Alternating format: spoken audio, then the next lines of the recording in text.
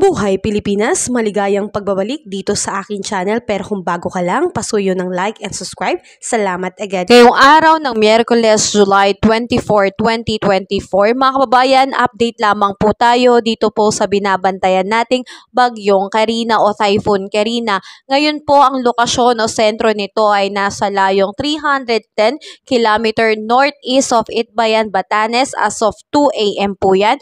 At ito po ay may lakas na 155 km per hour at ito po ay kumikilos pa northward po by 20 km per hour. So mga kabayan, asahan po natin na malaking bahagi po ng ating bansa dito sa Luzon, Visayas and western part po ng Mindanao ang siyang makakaranas ng malakas na pag-ulan na merong kasamang malakas na bugso ng hangin. Kaya patuloy po tayong mag-ingat mga kababayan.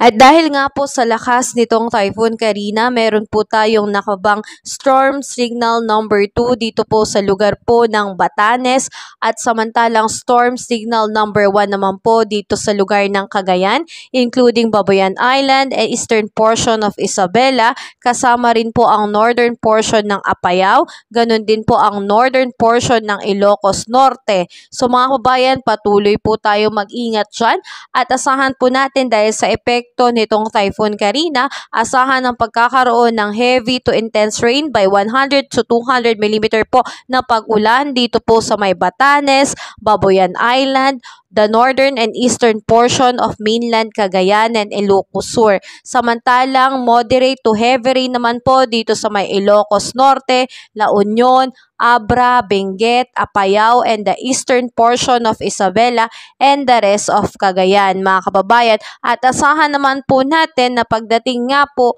ngayong araw na ito dahil din pinapalakas nitong Bagyong Carina itong epekto ng hanging habagat, tayo po ay makakaranas po ng malakas na pag-ulan, moderate to heavy rain po ngayong araw dito po sa may Babuyan Island, Apayao, Kalinga, Mountain Province, Ifugao, Tarlac, Nueva Ecija, Pampanga, Bulacan, Metro Manila, Rizal, Cavite, Batangas, Oriental Mindoro, and Calamian Island. At asahan ang heavy to intense rain po na epekto ng southwest monsoon dito po sa lugar ng Batanes, Ilocos Region, Abra, Benguet, Zambales, Bataan, and Occidental Mindoro. Kaya patuloy po tayo diyang mag-ingat mga kababayan dahil hindi po biro, lalo na po sa mga low-lying areas na siyang maapektuhan ng pagbuhos ng ulan dahil posible pong magdulot ito ng pagbaha.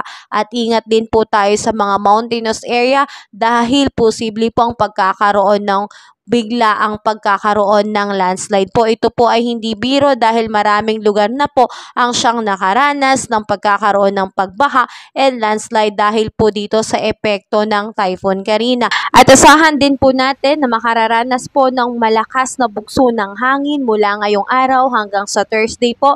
Ito pong mga lugar na aking babanggitin, kaya pakatandaan po, kasama po dyan ang lugar ng Batanes, Babuyan Island, Ilocos Region, Cordillera Administrative Region, Nueva Ecija, Quirino, Central Luzon, Metro Manila, Calabarzon, Mimaropa, Bicol Region, Western Visayas, Negros Occidental, Northern Samar, Zamboanga Peninsula at Northern Mindanao. Kaya patuloy po tayong mag-ingat mga kababayan at kung tayo man ay lalabas ng bahay, tayo po ay magdala ng payong, kapote at maghanda at mag-ingat na rin po dahil posible po tayo makaranas sa labas ng malakas na pag-ulan at bugso ng hangin. Kaya pinag-iingat po ang lahat at kung wala naman pong mahalagang gagawin sa labas, it's mas mainam na po na tayo po ay manatili na lamang po sa ating tahanan. So patuloy po tayo maging updated sa ating ulat panahon, patuloy pa rin po tayo makararanas